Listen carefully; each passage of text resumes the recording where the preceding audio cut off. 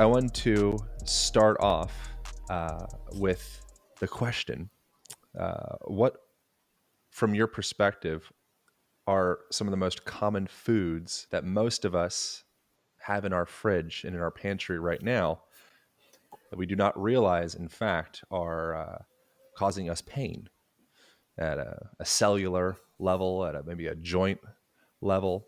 What are some of the usual suspects from Dr. Gundry's lens? Well, in our refrigerator, we probably have some ketchup, which Mm. is actually sugar in a bottle, but it has tomatoes. And I can tell you, actually, kind of in your line of work, the number of people who have aches and pains from eating nightshade family vegetables is very impressive, Hmm. particularly when you remove these from their diet. So I'm talking about tomatoes, I'm talking about peppers. Probably everybody's got some form of sriracha in their refrigerator or pantry. Uh, Most srirachas, unfortunately, are not fermented.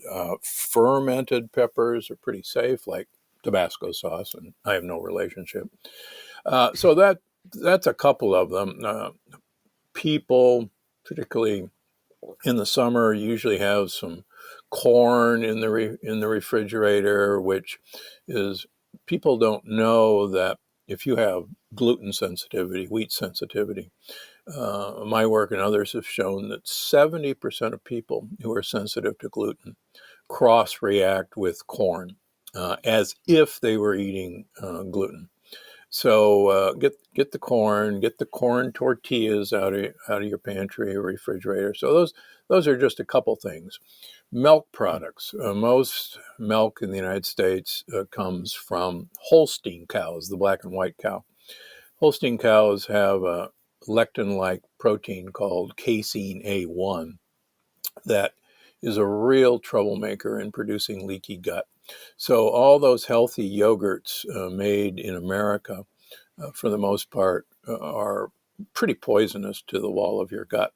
On the other hand, in this book, I actually tout the benefit of goat and sheep yogurts, goat and sheep kefirs, goat and sheep cheese, as really shockingly one of the best foods that you can eat. In fact, goat cheeses in particular are, in my new book, the goat of the program. Hmm. And so the book is called Unlocking The the Keto keto Code, code, correct. and the ketosis obviously has become a very popular subject over the last several years. And I think it's interesting. One, I'm curious for you, where do you think people are getting keto wrong, if anywhere? Well, even I got keto wrong, and that's actually why I decided to write the book. I've been using a ketogenic diet for over 20 years with my patients, and in fact, there's a ketogenic version of the plant paradox in all my books. And I, like most keto experts, really believed that ketones were some miraculous fuel that we could use to improve performance, have weight loss, make us efficient fat burners.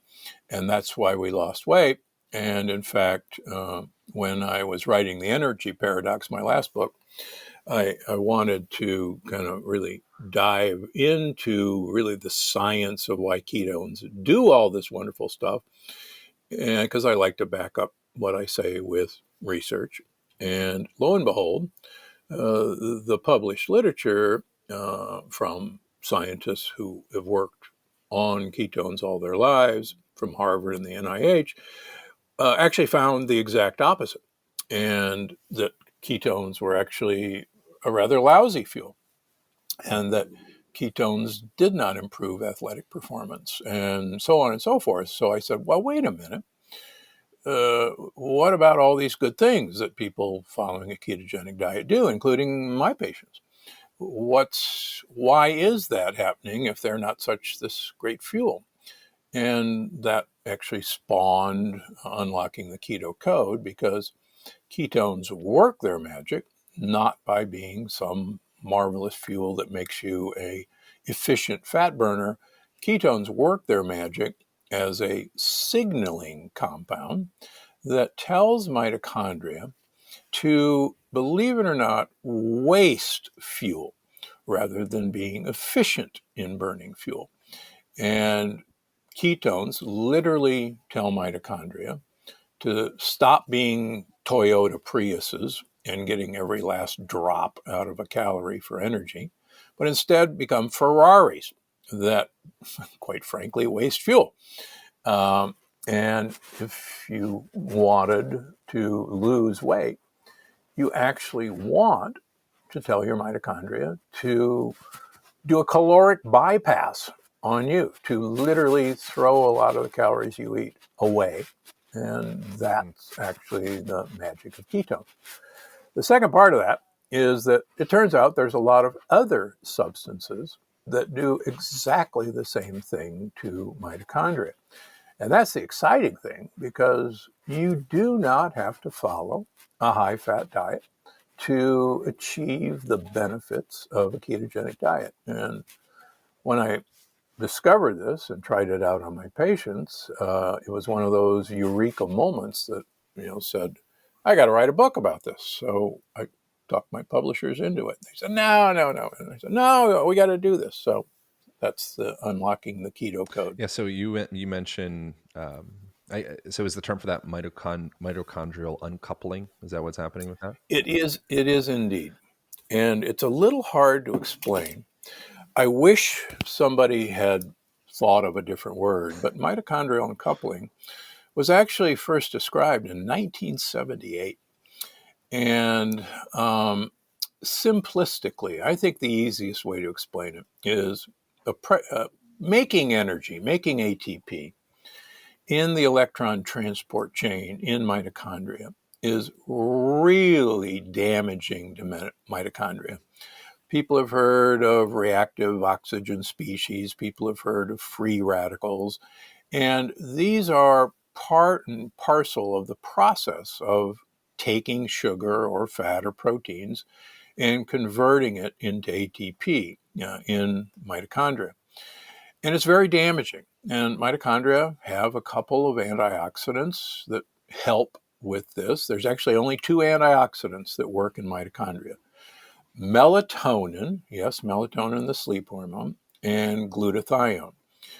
So what mitochondria do to protect themselves is very much like a pressure cooker that has a pop-off valve.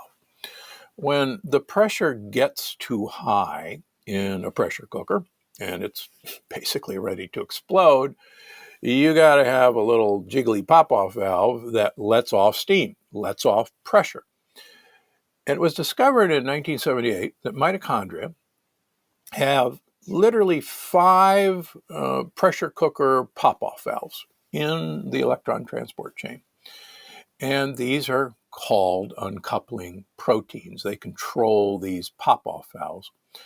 And what's shocking, and I didn't know this, that at rest, 30% of all the calories that enter a mitochondria are popped off, are uncoupled from making ATP at rest. So 30% of all the calories we eat are literally wasted at rest, and even more so in other conditions that we talk about in the book. And so this is a built-in mechanism to protect mitochondria. And it turns out the more these pressure valves are opened in mitochondria, the better mitochondria perform in the long run, the more mitochondria are made, and the more repair work in mitochondria. And shockingly, if you look at super old people who are thriving in their late 90s, early 100s, who are performing what you do every day at 105, and there are people who could keep up with you, not me, but I try. They have the most uncoupled mitochondria. They have the most pressure release valves in their mitochondria. So the whole book is, okay, if we know opening these pressure relief valves are good for you, and believe it or not, that's how ketones work, then how do we do this on a daily basis? And that's the book. I wonder. So one, I'd love to touch on specific foods that support this process, and then also in relation to centurions. And didn't you used to live in Loma Linda, or didn't? Yep. Yeah, I spent most of my career in Loma Linda. Yeah, Right. I'm the only nutritionist who's actually spent most of their life in a blue zone. actually in a blue zone. And one of the things that Yeah. I've read that's consistent among the blue zones, which term coined from Dan Buettner, is the uh, low inflammation with people, and that's like a consistent. There's a lot of potential variables there, but that's one consistent trend that I've read. I don't I haven't met a lot of people from Loma Linda or from Japan or from Italy in this specific spots, but I wonder, one, is that accurate from your perception, and two, is there some association with this mitochondrial stuff and systemic inflammation? So Hippocrates, 2,500 years ago, said all disease begins in the gut. And Alessio Fasano, who's now at Harvard, and I have rephrased that to say all disease begins in a leaky gut. And actually, one of my patients, who is a Buddhist scholar, actually yesterday told me that after he was listening to me talking about Hippocrates, he looked into some ancient Sanskrit texts from the Buddha.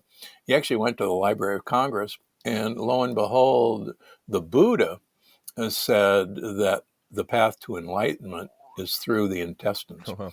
And holy cow. So, and they were actually contemporaries, obviously East and West.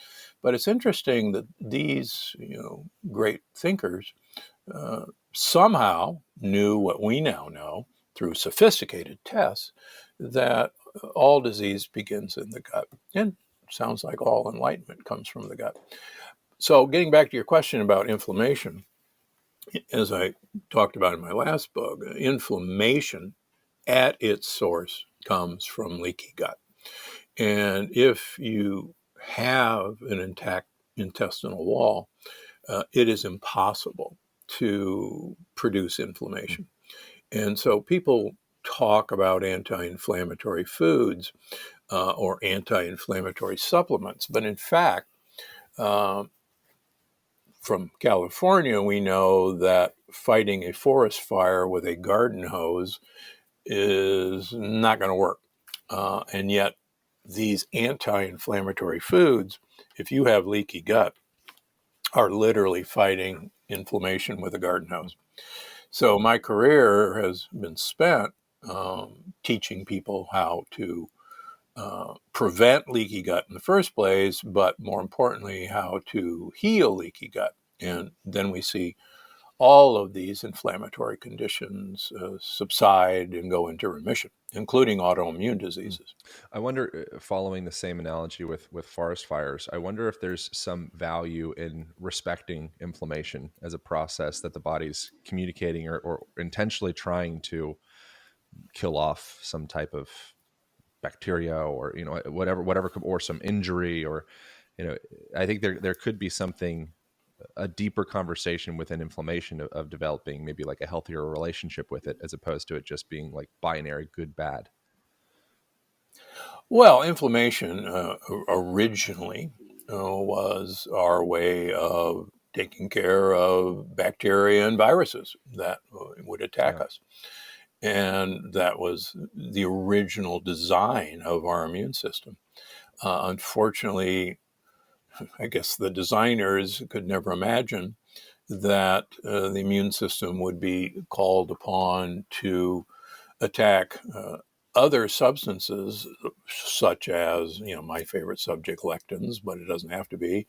It can be bacterial pieces and actually pieces of whole food that might be good for us, but that if you have a leaky gut, spaces between the walls of the cells of the intestine, literally particles of whole food can get across the wall of the gut. And your immune system, let's just take broccoli, for instance.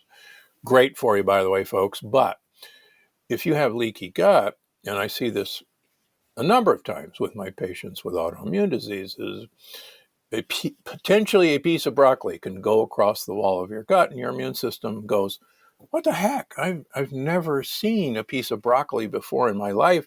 That's foreign to me. And if it's foreign, I'm going to remember it. I'm going to attack it. And if I ever see broccoli again, I'm going to go at it with inflammation. And so sometimes, not always, some of our, quote, healthiest foods, if we have leaky gut from other causes, can actually perpetuate the Yeah. problem. And it's been, since food sensitivity testing has become available, it's been, a real eye-opener as to why people eating potentially healthy foods can still have a real issue. I So wonder from your perspective if there's some way to look at the body and the gut from more of like a terrain theory lens, and seeing like, that's what it is. yeah, and it's just some bodies, it seems like you could just put almost anything into them, and it's just like this, forest fire. You just throw it in, and whoosh, it burns it up. It's like, wow, like, huh. Then someone else, you could throw almost anything else into their system, and it's like a full breakdown. And so I wonder if there's something to, like, what do you think about that? There's some way to create more robusticity within the terrain to be able to process a broader range of foods, in quotations, because foods, I think, is a Oh yeah, relative absolutely. word as well. Yeah, Walter Longo at USC and I, we agree on a lot, and certain things we disagree with about, and that is, he's not as concerned about lectins as I am. He eats a lot of beans. He eats pasta every night. He's Italian, and yet we just did a podcast recently, and I had him on my Dr. Gundry podcast, and he admitted that, look, these societies, for instance, blue zones, in general have not been exposed to massive antibiotics like Americans, both taking individual and in the animals that we eat are given antibiotics, and we then get those antibiotics, and the antibiotics decimate our microbiome. These places are not exposed to Roundup, glyphosate, and we now know that glyphosate kills bacteria. It was actually patented as an antibiotic, by the way, but it also individually can cause leaky gut. And these people are not exposed to non-steroidal anti-inflammatories like Aleve and Advil. And so these guys have a great microbiome. And we know from multiple studies that the more diverse your microbiome, the more you have bacterial and fungal species that actually love to eat the troublemaking compounds that you swallow. I mean, there's actually a bacteria that enjoys eating gluten, believe it or not. Most of us don't have that bacteria. And there's bacteria that literally build up a wall of defense in our gut wall, Akkermansia mucinophila, that I've written a lot about, that's now finally available as a probiotic. So, yeah, these people have, they have to use a football analogy, they've got an incredible all-star defensive line. And so you can throw a lot of, great football players at it, but they're going to stop it. On the other hand, the Western world now, we not only have an all-star defensive line, we're actually calling people down from the stands or the water boy to come out to help this line.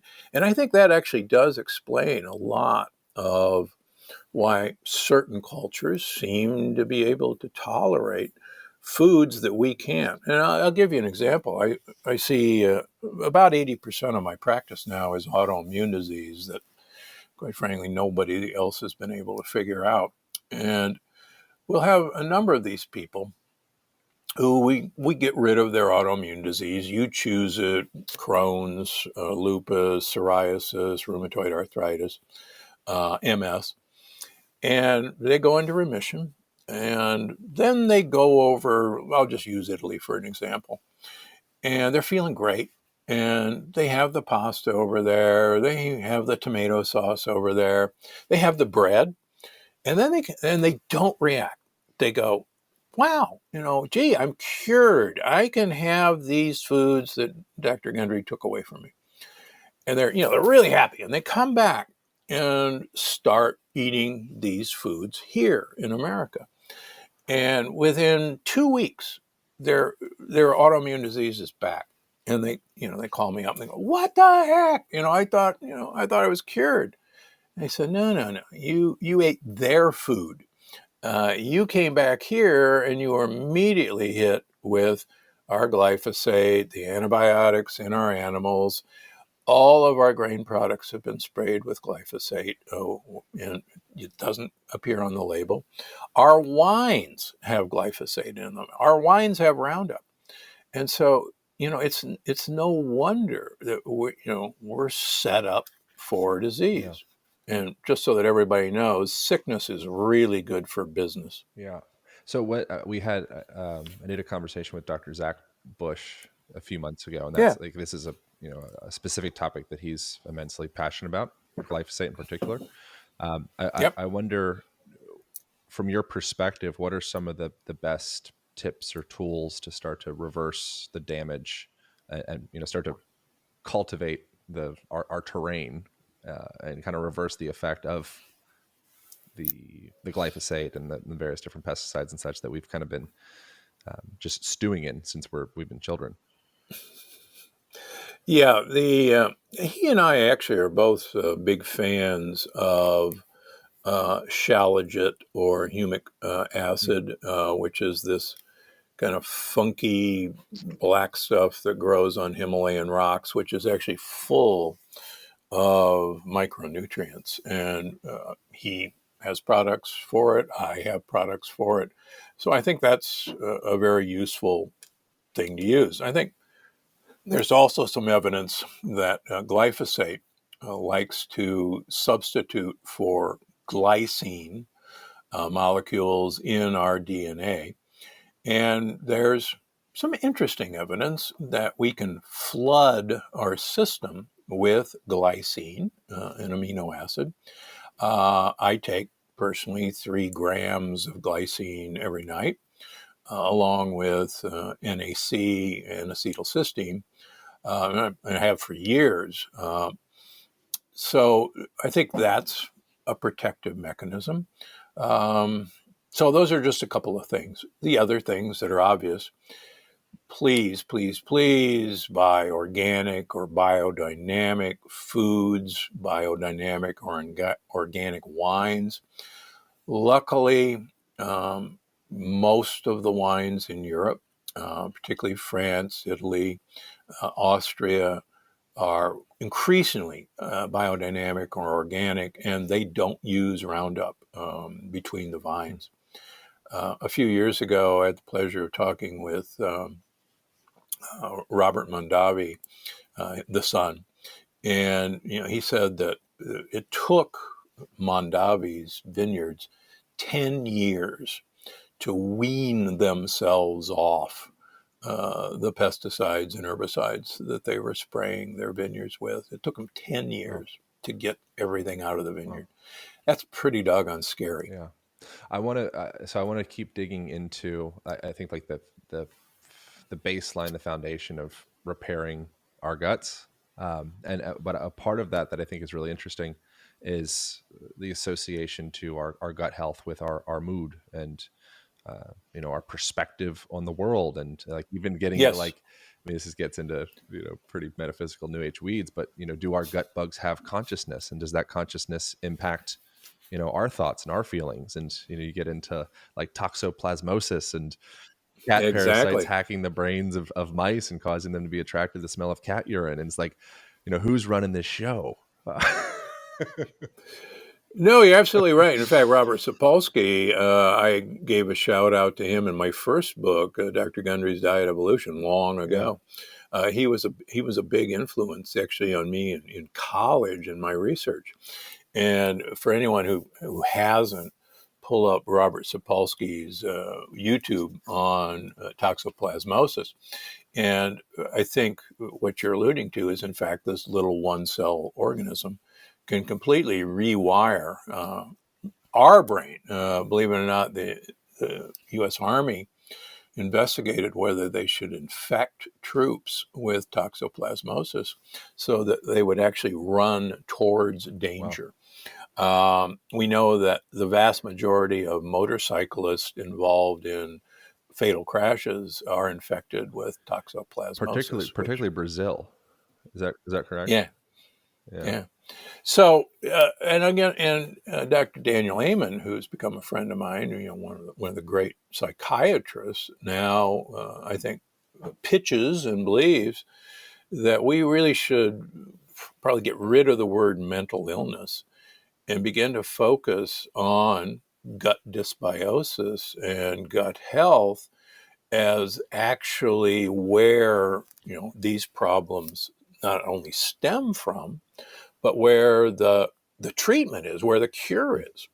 In fact, as I wrote in my last book, there's really strong evidence that these antidepressants and anti-anxiety drugs probably work, whatever magic they do, by changing the gut microbiome into a better flora.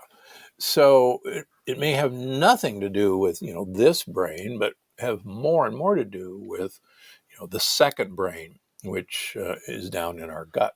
And we're unfortunately we're just too conceited to think that one cell organisms can have that much effect on us. Yet we know, for instance, we know that people with what I call gang member bugs, bad bugs in their gut, these obesogenic bacteria actually send text messages to the brain to have you seek out the foods that they want to eat, which is simple sugars and saturated fats. And they, in turn, actually extract more calories from those foods and pass them on to you. And I see so many people that it's, they can't help themselves, even though their higher brain says, "Oh no, I couldn't eat that. Don't eat that," and then just find themselves stuffing themselves, and I'm out of Yeah. control. Well, it's because of this influence, and the more we begin to recognize that, I think the more we can believe that probably the most important organ in us was not known about until 12 years ago when the Human Microbiome Project was completed. I mean, these guys have a stake in us. And the more we understand how they work, and a lot of my last three books have been on teaching people, okay, here's how these guys work. Here's what we need to do to feed them the good stuff so that they will actually take care of us. It seems like there's so many really apparent metaphors of like politics in within our guts. It seems like a lot of what's I think would be relevant would be to actually find a state of self sovereignty. Of having like, am I making my decisions for me, or is there some evil fascist dictator that's governing me, and I have this like Stockholm syndrome of sorts, and there's like this whole battle of what's going on. But I think that everyone knows what to do for the most part. Right. It's just a matter of actually choosing to do the thing with consistency, and cultivating that muscle and that habit to to build a stronger foundation, and build like a more ideal life, an ideal partner, an ideal food in your fridge, and work, and thoughts. But it's like it's hacking back and coming down to that root of like who's running the show. And I think there's a lot of different angles to come at it from, but I think nutrition is definitely a really important spoke in there.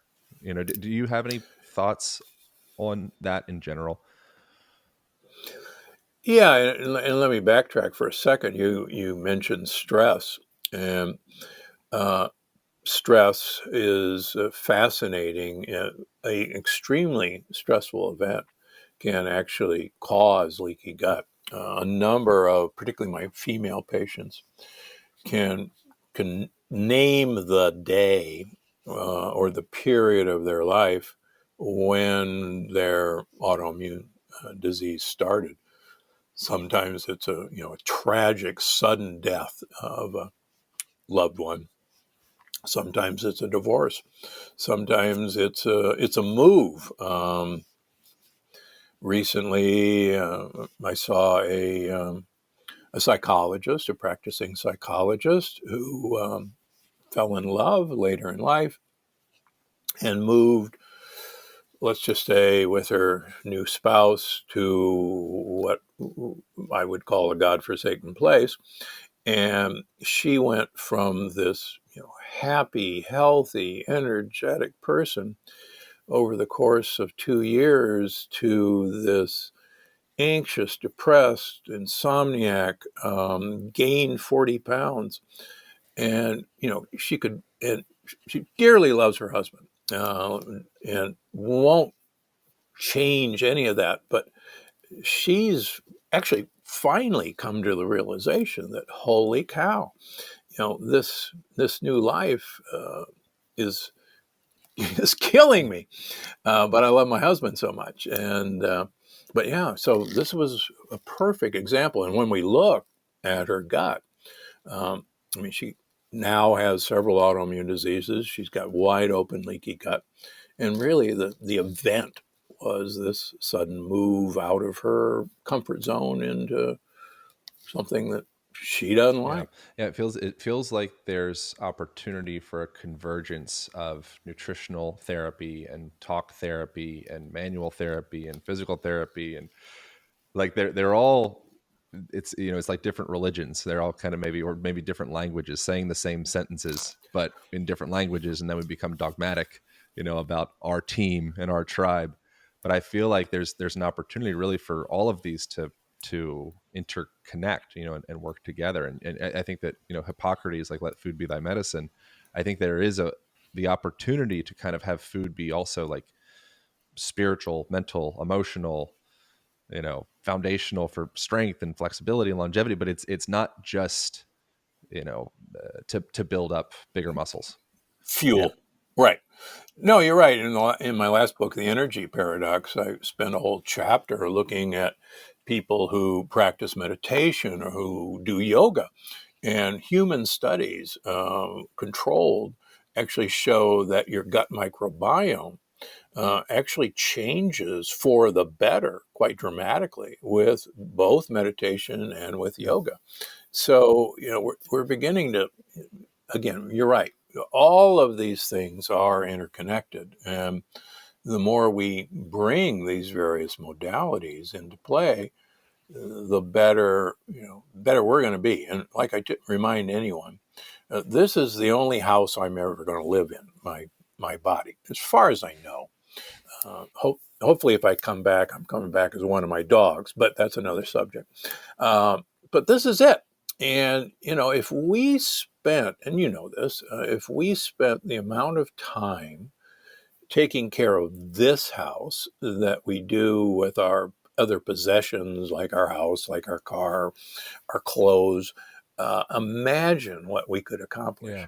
But somehow it just doesn't relate that this is it, folks. This is all you Yeah. get. Good luck. So coming in at your book, Unlocking the Keto Code, from that lens of nutritional therapy, and, I don't know, maybe that's kind of, that's too fluffy of a word. But I like that. yeah, but so to come at it like from a therapeutic approach to regain sovereignty, again, more maybe potential outlandish fluffy Yeah. language. But Yeah. um, what do you think would be the effects of mental, emotional, like better decision making, things of the sort, from the Unlocking the Keto Code approach? Well, I think the exciting thing about unlocking the keto code is that there are some really easily applied techniques to really extend your health span, your lifespan, and some of them are really easy to institute. One that almost anybody can do, if I hold your hand and teach you how to do it, is intermittent fasting or time restricted eating. And it's a powerful, powerful tool that I'll give you a great example. Just let's take weight loss, which many people do the ketogenic diet for weight loss. Well, you can take Italian athletes, cyclists, and you can put them on a training table for 3 months where everybody has to eat the same food. And you divide them into two groups. One group eats in a 12-hour eating window. What that means is they have breakfast at 8 o'clock in the morning, they have lunch at 1 o'clock in the afternoon, and they finish dinner at 8 o'clock at night. So that's a 12-hour eating window. And then there's a 12-hour not eating window, most of which is you're asleep. Then you take the same, athletes, but they go to a 7-hour eating window. They have breakfast, break fast at 1 o'clock in the afternoon. They have lunch at 4 o'clock in the afternoon, and they have to finish dinner by 8 o'clock. 7-hour eating window. You compare them over 3 months. They're eating the exact same amount of food, the exact same food. The athletes on the 7-hour eating window lose weight, build muscle, and their insulin-like growth factor, IGF-1, which is still the best marker we have of slowing aging, plummets. The group eating the same food, except at a 12-hour window, have none of those benefits. So if you wanted to do kind of one thing, which is easy to do, and in the book I hold your hand and say, okay, I'm not going to have you start eating lunch at 1 o'clock if you're used to eating breakfast at 7 a.m. What I'm going to ask you to do is 1 hour a week, just kick your breakfast 1 hour later. And we're going to do that over 5 weeks. And guess what? You get to take the weekend off, because there's really cool studies that show if you do this 5 days a week and take the weekends off, you'll get the same benefit as if you were doing it 7 days a week. So, you want to have breakfast with the family on the weekend, et cetera, go right ahead. But it's a very powerful tool. And it actually works by, believe it or not, uncoupling mitochondria, releasing the pressure valve on mitochondria. There's other more important things. We got to feed the good gut bugs what they want to eat. And what they want to eat is prebiotic fiber, undigestible fiber, soluble fiber in plants. And it's actually easy to do. There's oodles of different plants that have lots of prebiotic fiber, particularly like asparagus, for instance, onions and leeks and garlic. I love the chicory family of vegetables, radicchio, frisee, Belgian endive, chicory. These are great prebiotic fiber vegetables. If you don't want to do that, grind up some organic flax seeds every day and mix it in water and drink it. An easy way to do it. Get yourself some psyllium powder. Put it in a smoothie. Put it in some yogurt. Easy way to do it. There's a great study recently out of the University of Stanford University looking at two groups of people. They gave them prebiotic fiber. One group just got prebiotic fiber. The other group got the prebiotic fiber in the form of fermented foods, like sauerkraut. I'll give you an example. Turns out the fermented food group had more diverse microbiome and less inflammation, getting back to the original topic, than just giving them prebiotic fiber. So then you go, well, why is that? And in the book, it turns out that fermentation produces a short-chain fatty acid called acetic acid. Most people know acetic acid as vinegar. And it turns out that vinegar actually uncouples mitochondria. So apple cider vinegar, if you do it right, makes you lose weight, not because of some magical mystical thing, but by actually uncoupling your mitochondria and making them do a caloric bypass on the Hmm. food you eat. So all of this stuff kind of comes together in easy to do things. The third thing that I think is fascinating, and getting back to blue zones, um, it turns out that goat and sheep milk and goat and sheep milk products, 30% of the calories in goat and sheep milk are actually medium chain triglycerides, MCTs. And everybody hopefully knows that MCTs are one of the best ways to generate ketones in your liver, no matter what you're eating. And there's two fascinating papers looking at two blue zones, the Nagoya Peninsula in Costa Rica and the mountainous region in Sardinia. And it turns out that the only blue zone in Sardinia is up in the mountains. The folks living down by the sea don't have extended longevity. So then you go, well, gee, what are they eating? Now, Dan would tell you they're eating lots of grains and beans. And it's true, they do eat a lot of grains and beans. But what's different is that they eat primarily goat and sheep cheese because they're goat and sheep herders. And so it's actually the goat and sheep cheese that's uncoupling their mitochondria that makes them live longer. So now you go to the Nagoya Peninsula in Costa Rica. Now, Costa Ricans eat a lot of beans and corn throughout Costa Rica. So, what makes this little area so different? In fact, it's their goat and sheep herders, and they eat a lot of goat and sheep cheese. And there's a beautiful paper that says, hey guys, it's not the beans and corn they're eating, it's the goat and sheep cheese that they're eating that actually prevents the damage or undoes the damage of the corn and bean eating. So here's two blue zones that it's goat and sheep cheese that actually makes the I difference. wonder if there could be some type of you're familiar with the term entourage effect with food.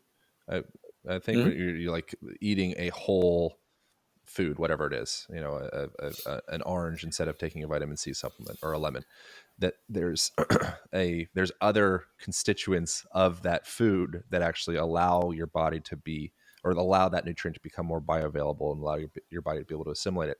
I wonder if is there could be some type of entourage effect of sorts with in relation to a person's environment and in relation to a person's just environment, and all of the things that would encompass the environment. Have you ever thought about that? Oh yeah, I mean, I've had the pleasure of living in a blue zone, and I've visited a number of the blue zones, including some that Dan hasn't mentioned. But one of the things that's interesting about most blue zones is that they live in hilly communities. Loma Linda is actually beautiful hill in Spanish, and all of these people walk up and down hills with walk against Yeah. gravity for all of their lives. And I think that's pretty interesting. The Acheroleans south of Naples live in a very hilly community.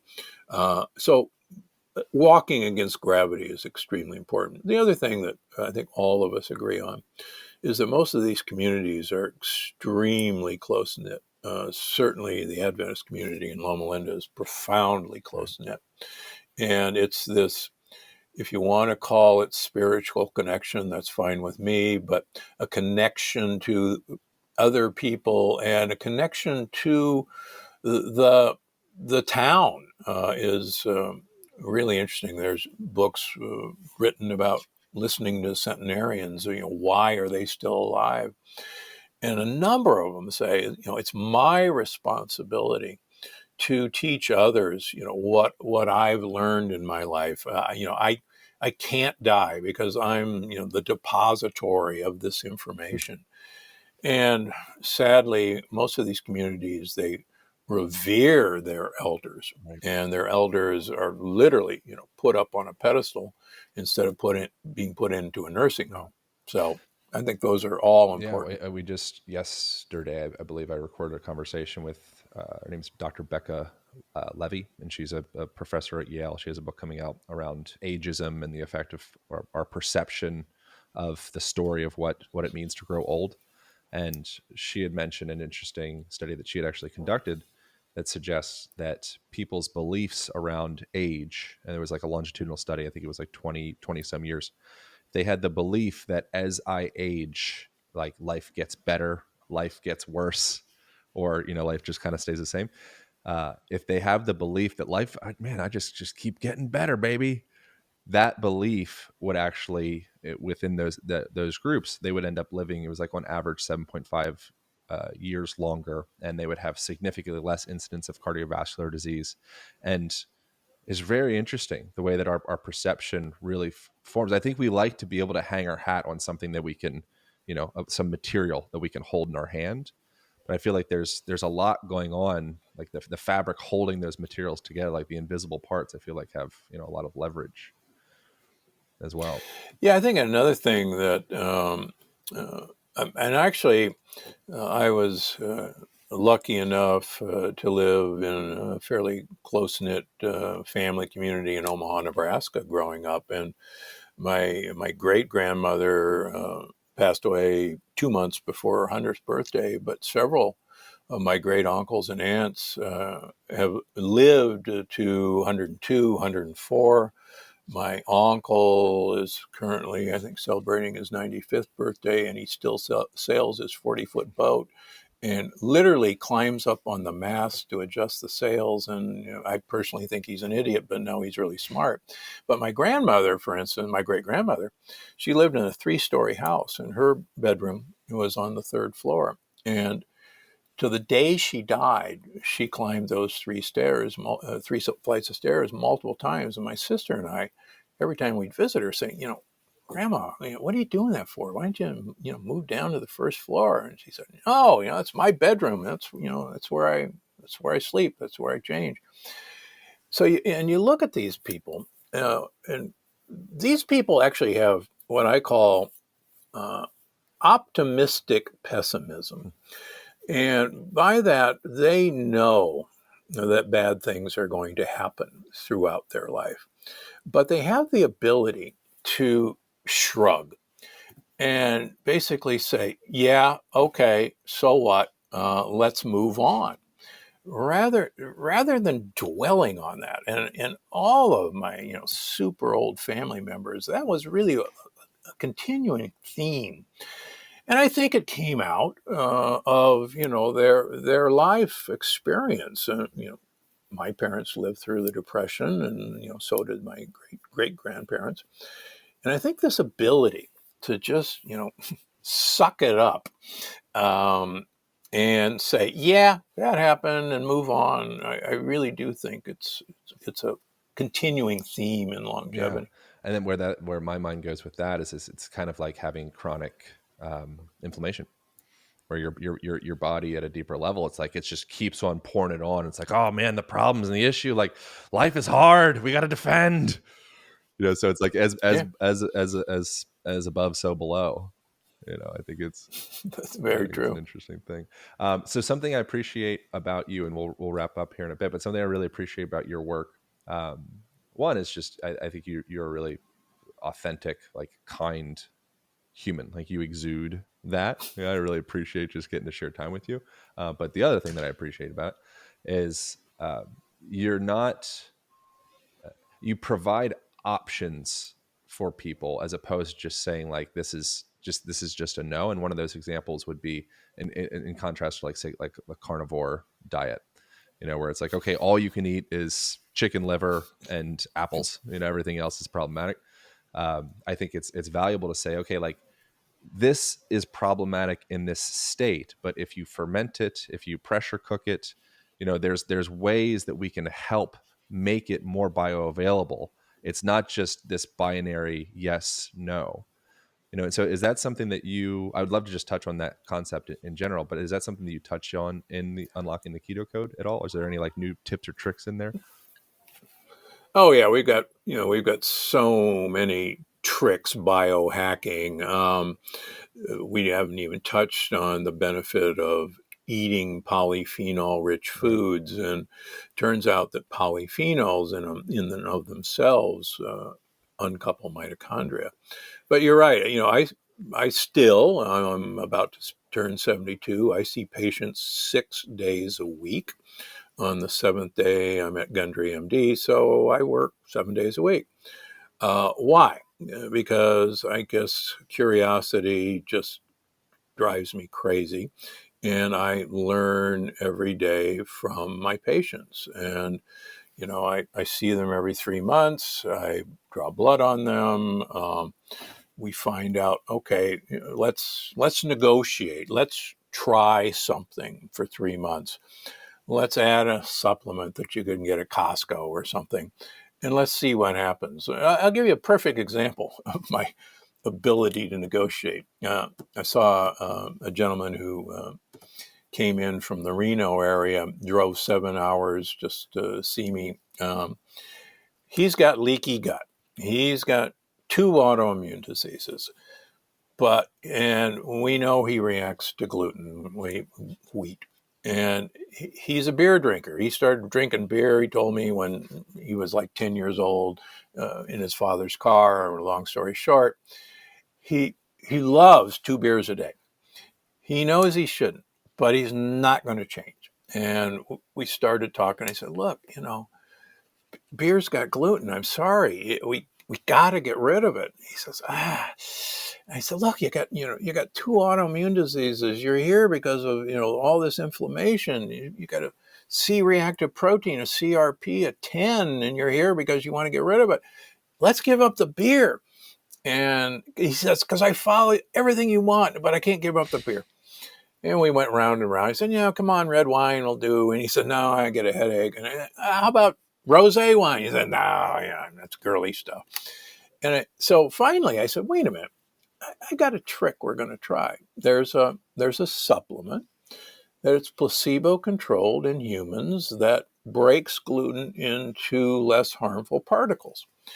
And I don't make it, but I said, I'll tell you what, let's do an experiment. Keep drinking your beer, but before every beer, I want you to take this capsule and we'll see. Don't change anything else. And he said, really? I said, look, you got to have something that you can live with, literally and figuratively. And if this is the trick that'll do it, who am I to, say, you can't have beer? Do I think he shouldn't have beer? Yeah, but I'm willing to negotiate because, after all, I'm looking out for him. And so there's an example. What do you think of the carnivore dogma, nutritional dogma? Because I know that, and I know that you have thoughts on fruits and kind of like the adulteration of fruits throughout the years, where it's like a banana wasn't what a banana once was, and an apple wasn't what an apple once was. It's kind of like, and I think that gets interesting as well. As I was reflecting on this morning, of human beings, I think we think of ourselves as being done, but in fact, we're like right in the thick of evolution. It's and the direction. Oh yeah, I mean we're a blink in the eye in evolution. Yeah, but so yeah, So there's a lot of things there. yeah, But I guess the main well, thing would be there's a lot of things there. Some people have accused me of being the father of the carnivore diet because the carnivore diet in general takes away lectin-containing foods. right. And there's a lot to say that the paleo diet in general took away lectin-containing foods. The original Atkins diet took away lectin-containing foods. And I've argued for years that the benefits of these diets were removing lectin-containing foods. So by natural extension, the carnivore diet is an elimination diet, the ultimate elimination diet. And it does work short term. And some of my patients have used it to success. But a great number of my patients, when they've explored this for 3 to 6 months, we begin to see very actually common changes in inflammation in their blood vessels, stiffening of their blood vessels. And even though these people say, gee, I feel the best I've ever felt, when we kind of start tracking them over time, we say, whoa, you know, this marker of damage to your blood vessels is coming up and up. And this marker of cholesterol becoming sticky and rancid is coming up and up. I think we need to readjust here. So I don't have anything against it short term, but there's a lot not to like about it long term. The other thing, speaking of fruit, sadly, fruit has been bred for sugar content. Just look at an apple. When I was growing up in the 50s and 60s, an apple was, you know, almost the size of a cran apple now. They were small. You could finish an apple in 4 bites.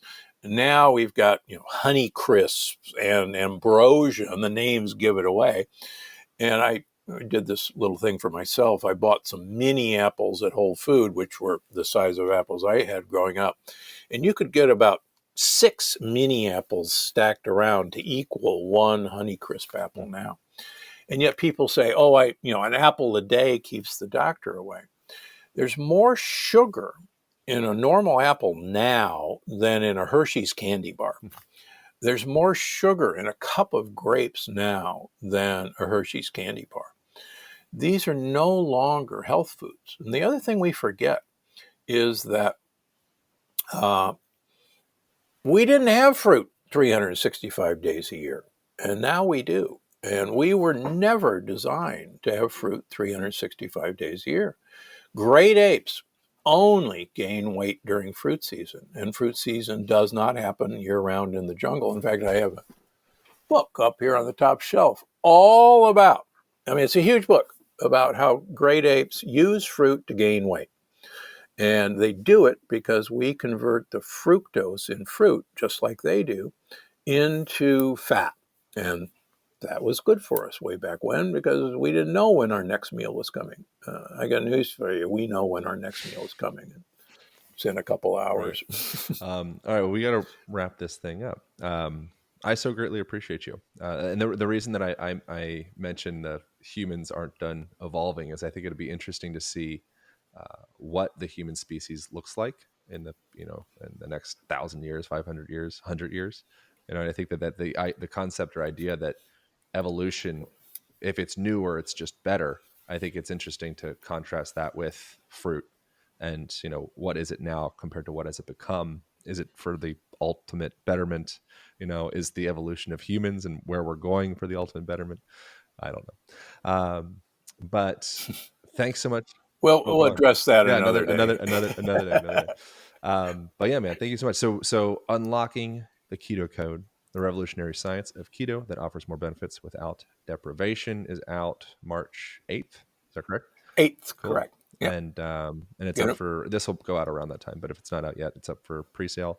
Is there anything else to... No, you can find me at drgundry.com, gundrymd.com, the Dr. Gundry podcast, wherever you get your podcasts, 2 YouTube channels, Instagram, et cetera. You're 72? I'm 72. That's cool. Not bad. That's not bad. That's not bad. So yeah, you have a sprightly way about you at 72, which is very, very cool. I think it's like you got to look at the source of the information, and there's a lot of sources that are saying a lot of sciencey terms, and it seems like they have all the research and all the empirical evidence, but like there's still something kind of suspicious about the biological vehicle presenting the information, and you got a good biological vehicle, Dr. Gundry. Well, if you're going to talk the talk, you better walk the walk, is all I can say. Yeah. Or as Jack LaLanne, who I knew in his later years, used to say, "I can't die. It would be bad for business." Yeah, that's not on brand. All right, thank you, man. I appreciate you. I'm going to cancel this out. Thank you all for tuning in. That's it. That's all. Over and out.